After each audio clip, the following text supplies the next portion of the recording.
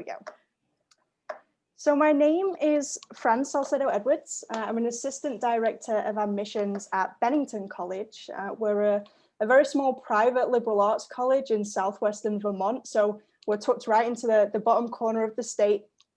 It's actually interesting. I live in North Bennington, which is where I'm coming to you from today. So if I walk 5 minutes in that direction, I hit the New York border. And if I drive 5 minutes in this direction, I hit the Massachusetts border. So we're right in the bottom southwest corner there. So in terms of a few fast facts about Bennington College, as I mentioned, we're a small liberal arts college. You can see on your screen right here, this is a bird's eye view shot of campus that actually one of our physics faculty members, Hugh Crowell, shot with his drone that he loves to just fly over campus during different seasons. So there's a time-lapse video that's pretty cool online if you want to check that out too. And of course, you're all familiar with fall in Vermont and that beautiful scenery that's there. So at Bennington, we have about 733 students, the majority of whom live on campus in one of our on-campus houses. So if you check out those white colonial houses in this image here, these are actually student dorms. So when we use the term houses, we genuinely mean that you live in a house. I can actually point out, I'm an alum myself. I graduated a few years ago. So this is Welling, which was the house that I lived in. I lived in room 13, and then a year later I moved to 15, and then a year after that I moved to 20. So I lived just in this one corridor all 4 years during my Bennington education. So we'll just quickly give a rundown of the kind of education that Bennington offers, and I'll also talk specifically about the ways that we support Vermont residents, especially if you choose to stay in Vermont and attend Bennington. So again, a few quick fast facts: 733 students at Bennington. About 20% of our students are international, coming from over 60 different countries. So a fun fact for a lot of Vermont residents who attend Bennington is that 96% of our students come from out of state. So it truly is an international campus, even though we are very proud to be a Vermont school. And so in terms of the student experience at Bennington, it's very individualized and self-directed. So you're in classes of about 15, mostly discussion based, and you have a student to faculty ratio of 10 to 1, which just means that for every 10 students we have on campus, we have a faculty member, and that really plays an important role in a student's educational experience here. So there are kind of two main areas of a Bennington education that is a little different within the liberal arts. So we were founded back in 1932 to offer somewhat of a more flexible approach to the liberal arts for students. So I don't know about you all, but when I was going through my college search process, I felt a little bit of anxiety because I wasn't positive what I wanted to study. I knew that I had a bunch of different interests, but I wasn't particularly sure how they connected or how that might lead to a possible career path. And so the liberal arts became a great option because you have the chance to study multiple different subjects in tandem with each other, as opposed to having to choose just one. And so Bennington's no exception to that. We really want students to study across disciplines, so take courses in areas of study that they're interested in, and also be able to study those across disciplines. So if you're passionate about painting, but you also love poetry and you also love biology, you can do all of those things. You don't just have to choose one. And so we have a really flexible academic structure at Bennington, where students not only decide what it is that they'd like to study, but they also decide how they want to study that. And so it's called the plan process. Within the liberal arts in the US, there's a common structure where students spend a year or two where they can take courses in multiple different areas. And then they often have to make a decision about what they want to focus on. Sometimes it's known as majoring, sometimes it's known as declaring an area. And for students who are a little unsure, or they want to study multiple different areas, sometimes that still feels a little bit constricting. And so the plan process actually allows students to design their own education. And so in your first year at Bennington, we hope that you take courses across multiple different areas. You have an academic advisor who helps you in terms of thinking about what classes you want to take.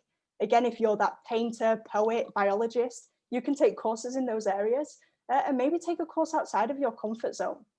I took a ceramics course because I watched the film Ghost. You can actually take a class just because you have this tentative interest in it. It's been niggling at you and you've never had an experience with it and you just want to try it out. All courses at Bennington in our 4 to 5 areas of study that are introductory level are equally open to every single student. So even if you have zero experience with a discipline, just go and try out a class. You might find a new interest. You might also discover that something that you thought you want to do actually doesn't jive the way that you imagined it would at the college level. And that's totally okay too. So in that first year, we want you to really get to know more about your interests and how they come together. It's in your second year that this plan process really amps up. And we ask students to outline what it is that they'd like to study at Bennington.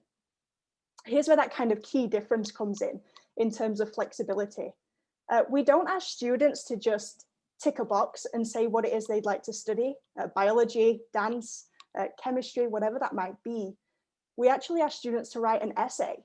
It's 6 pages of you talking about what you love, what motivates you, what questions are you interested in. For a lot of students, there'll be a particular topic that they want to study and it doesn't neatly fit into one area. And we really want to honor that. And so students outline what it is that they'd like to study, whether that's a particular subject, 2 subjects, or it's a question, or it's a topic that they want to study through multiple different areas. I can give you an example. We had a student called Rivi who was passionate about climate change and the environment and sustainability. And so she wrote her plan in a question that was, how do human perceptions of the environment help shift policy? Right? That's not something you're going to find a major in. But to Rivi, that was really what she was passionate about and wanted to pursue. And so she studied Chinese, she studied public action, as well as the social sciences. So environmental studies, courses in social justice, in politics, so that she could focus in this particular topic that she was passionate about. So again, you're outlining what it is that you'd like to study, why you'd like to study that, and then you outline how you're going to study it, which is essentially which areas of study are you going to lean into most in order to be able to focus on this particular area that you're passionate about. So for Rivi, it was Chinese, public action, and the social sciences. I studied something called human security at Bennington. Essentially, I was just studying politics, philosophy, anthropology, and some other social science courses as they rose up and were related to my studies. And so the reason that this self-directed education really works for students is because we pair it with a really intentional advising structure. And so every single student, as they're answering these questions that are on the slide right here, they have at least 3 to 4 faculty members who teach the areas that they're most interested in pursuing, help advise and support them in identifying this plan, their course of study that they're designing themselves. And so these are experts in their field who are ready and willing to help you figure out what it is that you want to do and what impact you want to have in the world. There's certainly a common passion and drive among Bennington students about community impact. Every single student will have this unique combination of interests that they're pursuing, but oftentimes it's for a reason. It's because they're trying to tackle something that keeps them up at night, or there's a particular topic that they want to have an impact on in the world around them, whether that's climate change, or it's forced migration and displacement, or it's neuroscience. Bennington students are creating an education around being able to serve the communities that they're most passionate about. And so the plan is really a chance for you to design your own education that directly addresses your interests and doesn't try and put them into one discipline. Instead, you can really craft an education that allows you to study multiple different areas. And so in terms of thinking about that academic structure, Oftentimes students then think, okay, this sounds great. I'm creating my own education. I'm studying multiple different things, and I'm being able to essentially identify the questions and the topics that I want to study most. What about a career then? Where does that directly lead? And so at Bennington, we actually have what's known as fieldwork term. We're the only college in the US to have required annual internships since our founding. So every single year between January and February, every student goes on to pursue 6 weeks of fieldwork in an area related to their studies. And so you can think really creatively about this. It can certainly be a classic internship. I studied architecture at Bennington for my first 2 years alongside the social sciences. And so I pursued an internship at an architecture firm, thinking, I'll get to test my ideas. This is really great. I actually realized that architecture wasn't a career path that excited me in the way that I thought it would when I was pursuing it conceptually in the classroom, right? And so fieldwork term is this chance for students to really kind of just have a litmus test on what they're studying and say, I think I want to do this. Is that actually the case? And it's just as much about figuring what you don't want to do out as what you do want to do. And it's also a chance for you to test your ideas as you're kind of creating this intersection of different disciplines, being able to see what that actually looks like in real fields of work that you could find yourself in 3 years, in 10 years, in 30 years, and be able to kind of calibrate your studies to reflect your trajectory of where you want to go in terms of your career and your professional development. So one of the most important things to know about fieldwork term and the plan is that they have this kind of marriage where the plan is a living document. So for example, for me, when I went and pursued that architecture internship and I came back to Bennington and said, I think I want to, rethink my plan and the way that I'm approaching my studies to be solely focused more on the social sciences, you can edit your plan according to those shifts that happen. In no ways does it mean that students are taking a step back in their education in the same way as you might think in the traditional liberal arts when you might switch majors or decide to study something else. Oftentimes when students make a change in their plan, it's because they've already done the work leading up to that shift. And it's just updating the language in that essay. It's updating the way that they're describing what they're studying to match what they're actually doing. And so fieldwork term is the chance for you to really be able to calibrate and either refine your work in terms of your studies. Rivi didn't get to that question overnight. Rivi spent some fieldwork terms in fields related to environmental science, took classes related to public action and Chinese, and really did the work to refine her studies from kind of thinking, I'm studying Chinese, public action, and social sciences, especially environmental studies, to I'm studying this particular question. That takes time. And so Bennington and the plan process is really structured to support students in that exploration.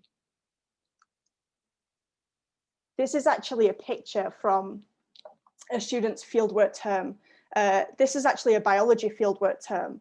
Betsy Sherman, who is one of our biology faculty members, used to take a bunch of students to the Cayman Islands so that they could explore the coral reefs there. Her research specifically centered on the coral reefs. And this is an example of students doing something that you might not typically think of as an internship, right? I had a friend who worked for a guitar building company one fieldwork term. He was a musician, also passionate about neuroscience, and wanted to learn how to build the instruments that he was working with and playing every single day. For another fieldwork term, he worked in a Harvard biology lab. And so you can see that there's this chance to get a real breadth of experiences to show you what a career path within your interests could certainly look like. I also just have to mention support for fieldwork terms. So I know that it can be pretty scary thinking, okay, I have to do this internship every year. And I have to find something, figure out where I'm going to live, how I'm going to fund it. So we have the Office of Career Development and Fieldwork Term, who work one-on-one with students in helping them figure out what they might want to do during these 6 weeks, as well as how they then go about doing that. And so it's a great way for you to be able to be supported not only in your career development and thinking about what you might want to do when you graduate, but also during these fieldwork term experiences. And so hopefully this kind of academic structure with the plan and with fieldwork term is really about allowing students to have ownership over their own education, over what they study, but then again being paired with these really rigorous structures of support so that you're not alone, you can't fall through the cracks. It really is about you being able to work one-on-one with faculty, with staff, to figure out what it is that you're most passionate about and how you can have an impact on that after you graduate there as well. So I just wanted to show you a picture of what an average classroom at Bennington looks like. So this is a painting studio, but you can see kind of in terms of the layout, every one of our courses is discussion based.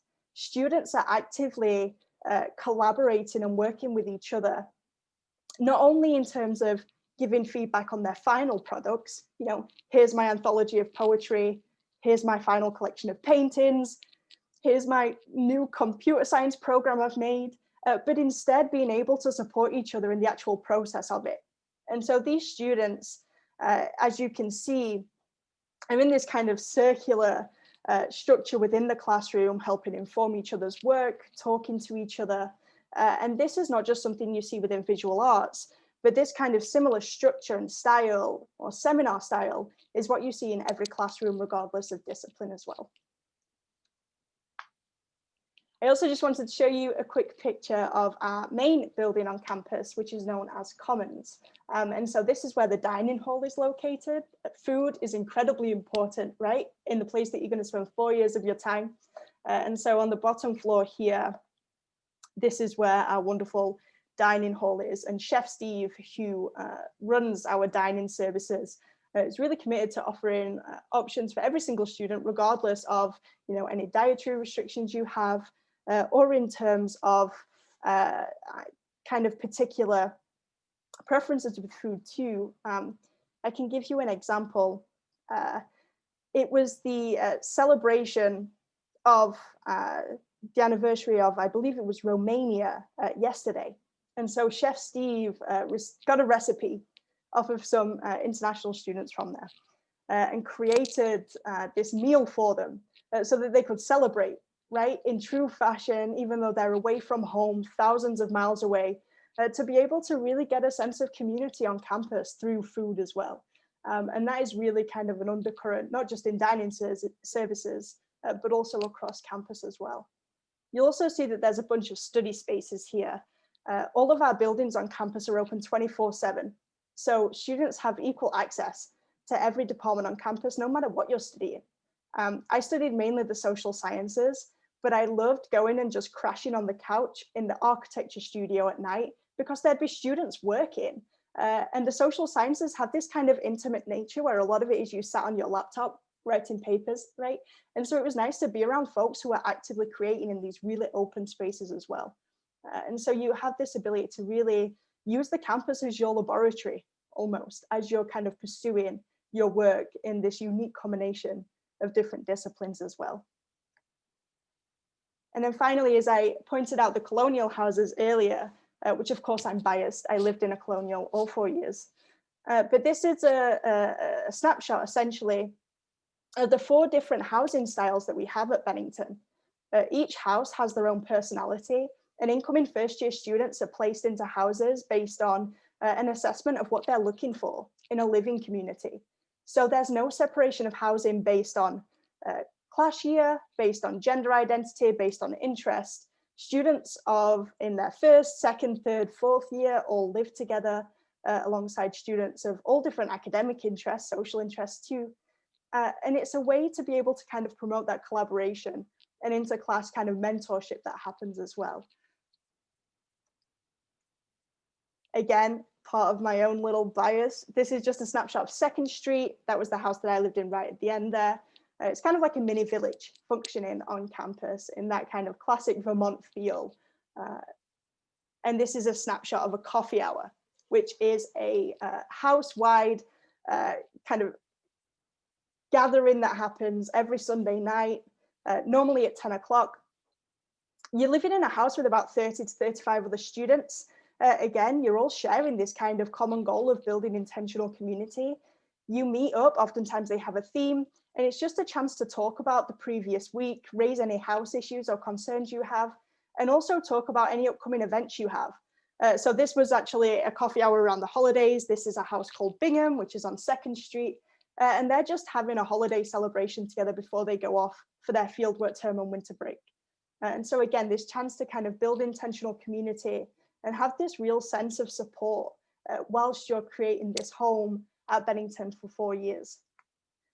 And so finally, I'll stop sharing my screen and just talk a little bit about the application process and financial aid for Vermont residents as well.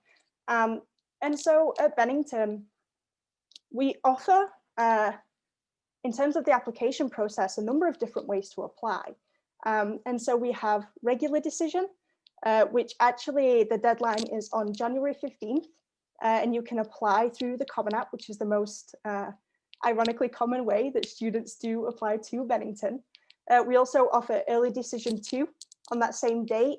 Early decision is essentially a chance for a student to apply if they're convinced that Bennington is their top choice, and it's a binding agreement. So if you're admitted, barring extenuating circumstances, right? If there's a financial aid package that doesn't work for you, something happens in your personal life that you can't avoid, things happen, we understand that.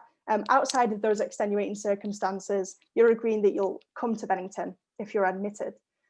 We also offer what's known as early action. That deadline just passed the other day, but if you are interested in applying to Bennington and you just missed that early action deadline, please don't hesitate to reach out to me and we can kind of have a conversation about your application too.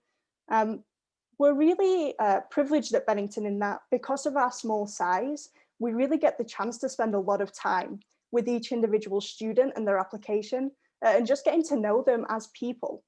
And so that is kind of no exception with the application review process as well. So we're interested in seeing not just your transcripts and kind of how you've performed academically, but also what you've been doing in your free time, what you're passionate about. Bennington students are really intellectually curious. They just want to know about a lot and a lot and a lot of the world around them and how that relates to their particular passions. So just kind of a couple of housekeeping notes about the application process. We have no minimum benchmarks for GPA, grades. It really is individualized to the student's context.